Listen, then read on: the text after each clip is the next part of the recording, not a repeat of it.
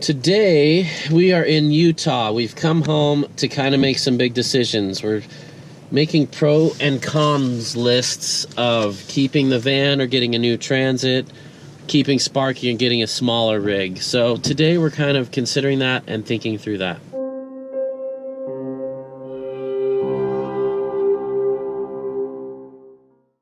It's an exciting day today. Teresa and I each got our own Hero 5s. So we can bring you better videos. Actually, video quality is exactly the same, but there are some pretty cool features, and we always like having the latest GoPro. And plus, we were already having issues with the other two we have, so yeah, it's good. It was time. It was time. Do you approve, Fender? Okay, that is pretty exciting. I wish they made one without the back screen for $100 cheaper, because I could totally live without the screen. So we've been using GoPros for like 5 or 6 years now, and what drives me bonkers is every single model they change the battery. So we have like 10 of these old Hero 4 batteries, and they don't work with the Hero 5. And they're so close in dimensions. In fact, the Hero 5s are even smaller. They totally could have made that work, but no, they want you to have to buy a whole bunch of more batteries. But we don't buy our batteries from GoPro anyway. We always buy Samtree or Wasabi, which are better batteries anyway. So take that, GoPro. There are some things I really like about the new GoPro. It's waterproof without a case, which that's what ruined our last GoPro. It's got a touchscreen video thing on the back, which is pretty cool. It's voice activated, so I can tell it, hey GoPro, start filming, and I don't have to reach up and touch the button. But there's some really stupid things on it, like the SD card is where the battery goes in, so I can't swap SD cards without pulling the whole thing out of its case and then pulling this door open. Don't mean to be a big complainer. The price is awesome, so they did a great job on the price. These are $100 cheaper than the one we bought 3 months ago. This is our first video on the new Hero 5 Black. I'm sure you guys can't tell the difference, but there's a couple cool features like the one button on and the voice commands, which I still haven't figured out. Here's our thought process. A lot of people ask, why don't we get a ProMaster? Why don't we get a Sprinter? Here's why we don't get a Sprinter. Sprinters look awesome. They've got some really cool features, but the problem with Mercedes-Benz Sprinters is they need more maintenance than your typical car. They have weak paint. When you do need maintenance done on them, a typical everyday mechanic can't work on them. They're not trained to, they don't have the tools to, they don't have the knowledge to. And not every Mercedes-Benz dealer can work on them either, so you have to go to a Mercedes-Benz Sprinter dealer to work on it. And there's usually a 3 to 4 week backlog at those dealers because of all the work that needs to be done on them. So for being on the road full time, that's not an option. We're not getting a ProMaster because I'm personally not a huge fan of Chrysler products. I don't feel like they're very well built. There are some sweet things on those ProMasters though. They're cheap. The front wheel drive is actually pretty cool. A lot of people won't need all-wheel drive. They won't need 4x4 conversion to go in the snow because they're front wheel drive. But we read that the transmission in those is horrible, and I don't want to deal with transmission issues, and they don't tow a whole lot either. So that really only leaves us with the Ford Transit in those vans. And we like the Transits. There's a lot of things we really like about them, especially the EcoBoost motor. In the F-150, the EcoBoost motor will tow 12,000 pounds. In the van, it'll only tow about 7,000 pounds. And we think that's because of the unibody construction. There's no frame in the Transits. So we've really been weighing the pros and cons of the Transits, and we like the idea of the Transits. Except every time I go to test drive one, I find myself wanting more and feeling disappointed, especially for the price. There's all these little things that drive me crazy. So today we're going to take one last drive to the dealer, test drive a whole bunch of different vans, and see if we can sell ourselves on a Transit or if we're trying to jam a square peg into a round hole and we're just settling anyway. And in that case, we'll just keep Fred and add a high top to him. We've made a list of pros and cons of keeping Fred and installing a high top. Here's the pros and cons. I'll let you pause it and read those. Estimated cost would be $5,000 to $8,000 to do that. Pros and cons to sell Fred and get a Transit. Estimated cost would be $20,000 to $30,000, when you factor in a 4x4 conversion and building out the inside. Pros and cons to keeping Sparky our Airstream. And pros and cons of selling Sparky and buying a 25-foot SS model. You can see we've given it a lot of thought. Your needs will be different than ours. So just because you would do something doesn't mean we should, and just because we do something doesn't mean you should. But there are a lot of things to think about. Use the right lane to take exit 295, then keep right at the fork.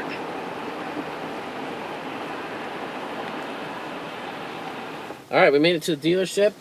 It's actually pretty amazing how many vans they have here. They probably have 20 vans, where the whole state of Wyoming had like 4, and Idaho didn't have a whole bunch either. So it's great that they have great inventory here close to us. Alright, we are in a brand new 2017, I think. This has the double sliding doors, which we wouldn't want, but it's a medium roof. I think we'd like that. We actually came to drive a high roof because it was the only one in the state, but it's checked out. They're working on it or something, so we weren't able to actually drive one. Still haven't driven one of those, but I think we could get away with this.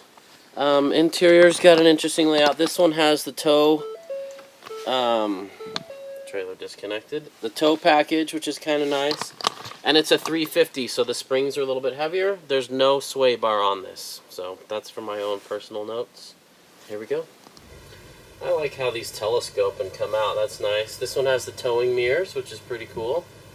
It's a long wheelbase. It doesn't turn quite as sharp as Fred. Okay, here's the thing that drives me the most crazy. There's still like ½ an inch of window right here when it's all the way down. Come on, guys. You could have just engineered that to go all the way down. Let's go try the freeway. Madness here. It's pretty busy. Man, these things are fast. These EcoBoost motors are ridiculous. That's my favorite part of this whole car, is the motor. It feels great. Another thing I don't like is the e-brake is right here, so if you're trying to walk through here and get to the back, that's a pain, and I don't think you can put a swivel seat here because the e-brake's there. So, kind of a bummer, but just more of an observation. Not crazy about these mirrors yet. The bottom convex part is really cool. So we're in a 350, which is meant for hauling heavy loads, and it's totally empty, so it's going to feel stiff. But I kind of like that because then it's not all wallowy and doesn't feel top heavy at all. I like the way this one drives quite a bit. It's been one of my favorites. I think I prefer the stiffer springs on the 350s and the 250s. Still not crazy about these armrests, but they'll work. This one would be pretty comfortable on a long road trip. It does drive more car-like than Fred. But because it is more car-like. But with a 4x4 conversion someday, some of that will probably go. Yeah, I'd have to decide if I'd want a 250 or a 350, and I wonder if you can add a sway bar in the back to the cargo vans, because the passenger vans come with a sway bar in the back so that they don't feel top heavy. The cargo vans don't for some reason, which I would like. I like that planted feel. This one has traction control, parking backup sensor. I think this one might have stability control too, trailer sway. And the way the trailer sway control works is it cuts power to the engine and brakes on certain brakes when it feels the trailer's out of control, which is pretty cool, except when your trailer's fishtailing, the best thing is not to brake, it's to accelerate, to pull it straight from the van. So if it cuts the motor and you want to step on it and pull it straight again, you can't do that because it's cut power to the motor. Kind of interesting. So I think I'd rather not have the trailer control, sway control. Man, this thing is fast. Here's another thing I'm not crazy about. There's no fender liner here. So when you're driving in mud and snow, it's just pummeling that with road debris, which means your windshield washer bottle is going to stop working eventually. Just little things like that are starting to drive me crazy. Things that the engineers could have worked around for $20 of plastic, but didn't. I will say, if you want to test drive one of these, talk to the fleet guys, because they know them way better than the regular car dealers. I like this one more than any of the other ones we've driven. I love the motor. I love the way the motor and the transmission feel. I like the way they look better than Fred, but I mean, if we're putting aesthetics aside, like, it makes more sense to keep Fred, at least for now. Because if we change vans, we have to change trailers. It'd be nice to, like, change trailers, get the mods on that, sit with that for a while, and when the time is right, we want to move, you know, vans, do that. But the thought of doing both of those at once seems not super practical if we don't want to be stuck here for the entire winter. There's so much more room in here than ours, though. I think we might even be able to get away with a short wheelbase. But for towing, the longer wheelbase tows better, even though it's rated to tow less. So you can either pick a van that tows well, or you can pick a van that's easy to park in the city. Great visibility, though. I really like that. No rear view mirror because it's a cargo van with no back windows. But it does have a backup camera. Boy, it'd be a lot easier to buy one if they fixed little things like the way the brake pedal felt, like the windows rolling down all the way, like that fender liner that's totally missing, like a double din. There's just a lot of little things that add up that are kind of annoying. I know I'm being nitpicky, but if we're going to spend 40, 45 grand on a rig, Now is the time to be nitpicky. yeah, you're going to be nitpicky. That's a lot of money. And if we buy new, I want it to be exactly what I want, not 80% what I want. That being said, I feel better about it today after driving this. It's a win-win. Whether we keep Fred is a win, or if we sell Fred and get one of these, it's a win. I don't know. Fred's been pretty dang good. They do feel more plastic than a Sprinter. The Sprinter dash feels better laid out, better designed. But these are supposed to be so much more reliable. And I kind of like the idea of going back to a gas vehicle. Diesel's been fine, but there's times we can't find diesel, and I like gas. What are you leaning towards? Until we got here, I was leaning towards keep Fred, but then I remember that, like, high-topping Fred is like thousands of dollars into a vehicle that I may not want to keep long term, but I mean, building out one of these is going to be money, you know, so, but maybe it makes sense to take the high-top money and put it at least toward the build-out of something like this. I don't know, though. The idea of waiting a little while till we'd have maybe the option of buying one used. And another thing too is, like, there's not a lot of 4x4 conversion options for these yet, but in another year there will be. So, like, do we get one now and then limit ourselves not being able to go some of the places that we want? If it weren't expensive and ugly to convert Fred to a high top, we'd do it in a heartbeat. It wouldn't be pretty. I don't know how much of a selling point that would be for people either. Watch out, there's... She's thinking about herself, though. Teresa's probably not the target market for Fred. Okay, I love Fred. He's so reliable, great motor, great towing. We can carry all our stuff. Aesthetically, he does nothing for me.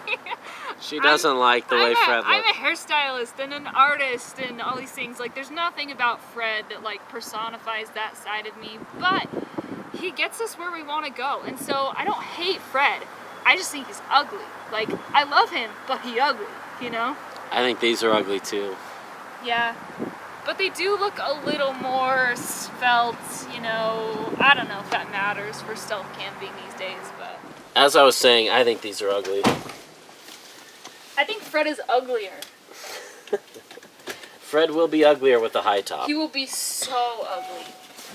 But we just sound super vain, but we're just realizing that's one thing that's preventing us from putting a high top on that is... He ugly. She's been dying to say that to you for like the whole year that we've owned him. No, but... Teresa wants like a little Honda Fit or like a lowered Civic to tow our Airstream. I get it though. I get that the kind of cars that I've always liked driving don't facilitate what we're trying to do. I get that. And Fred, and like I said, when I look at it, you know, realistically, Fred is a fantastic vehicle. She just thinks he's ugly. There's enough room in here that we can make this work. The one thing I don't love about the short wheelbase is the doors don't magnet open. Alright. This one does not have the EcoBoost, so we're not testing the motor, just the city ability. You can feel it doesn't turn as long. Yeah. Oh, here's another thing that's kind of annoying. When the windshield wipers are off, you still see that windshield wiper there. Kind of annoying, but it's a big old thing, and these don't get covered by the windshield wiper, which is fine. If we weren't towing, and we were getting this for a daily driver, this is the one I'd get. Fred is taller to get in and out of. I mean, this will be taller than it is, but we won't have to go quite as all out on a lake with this, right? Man, I wish I could sit down with Ford and re-engineer this. I know.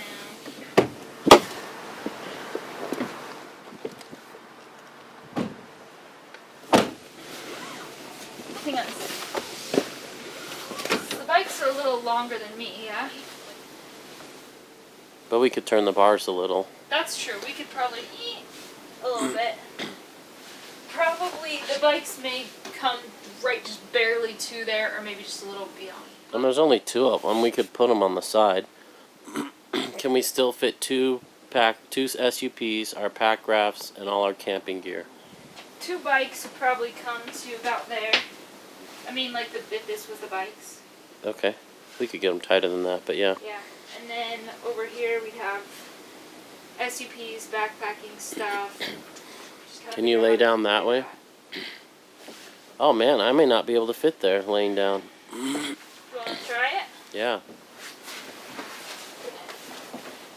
Oh man, that's tight, but I could do it. Okay, lay the other way. And it kind of bows out there.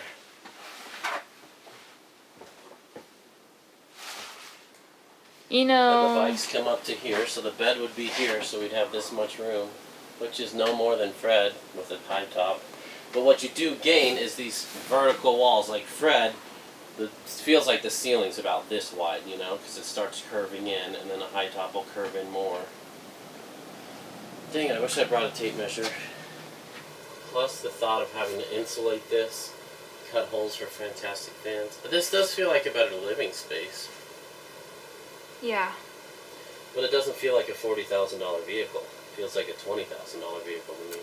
Yeah. And I don't know if I can bring myself to pay brand new money for this and take all that depreciation when I could wait 2 years and get one of these for $20,000 instead of $40,000. Yeah, I don't feel $40,000 awesome about this. But if someone paid full price for Fred tomorrow, I don't know, I might change and go for it. I do think it's more of a timing question. Maybe we get the Airstream now, swap Airstream, swap the lift and the inverter and the wheels and tires over. And then maybe in the spring we swap vans and we don't even put a high top on Fred. Because we could get by without a high top on Fred for a few more months. But in the summer, I definitely want a van that I can live out of.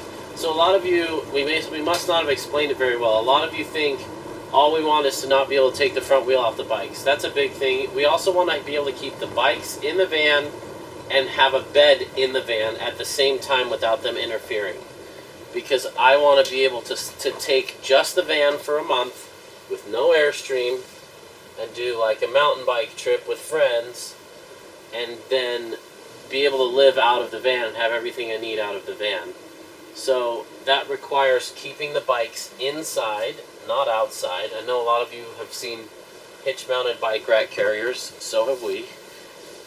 But that doesn't secure our bikes, and I'm not going to go to dinner with $10,000 worth of bikes sitting out on the back on a rack. No bike lock can keep those safe, so that's why we want that. And you might, but that just isn't relaxing to us. Like, you have to remember, this is our daily life. So, like, we kind of have to go with what we feel good about.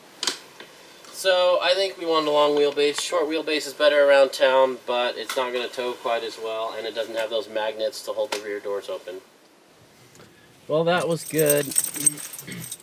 The more I drive them, the better I feel about them. If you had to decide today, what would you do? I think it just depends. Like, if Fred sold, you know, full asking for price. full asking price today, I might be willing to consider it. But if that wasn't the case, I'd probably stick with Fred for now. I'm a little bit torn too. If we could put a high top in for free, that's the way I'd go. If not, I'm thinking if I put $8,000 into Fred, I could put that $8,000 toward the newer one, and it might go Yeah. farther. But maybe, you know, maybe we keep Fred for a few months till we get through the winter Yeah. and reevaluate at that point. Because that's kind of where I'm at. I'm not ready to throw a high top on Fred yet, but I'm also not ready to jump into a Transit. That's for a good while. idea. Maybe, you know, we don't need a high top on Fred till the summer when we're going to put the Airstream in storage. So maybe we keep that in the back of our minds and don't put a high top on. Fred will get us through the winter if we ever hit snow. We got 4x4, which we wouldn't have with the new one. And maybe in the meantime, we just focus our efforts in downsizing our trailer. Anyway, you can see we put a lot of thought into this. Yeah, we're sharing the inner decisions of our personal lives. Please be respectful of that and realize that everyone's going to pick something different, which is great. It's not black and white. There's not one that's so much more obvious than the other. It's all a little bit of give and take. We're not settled yet, so we're not going to make any decisions yet.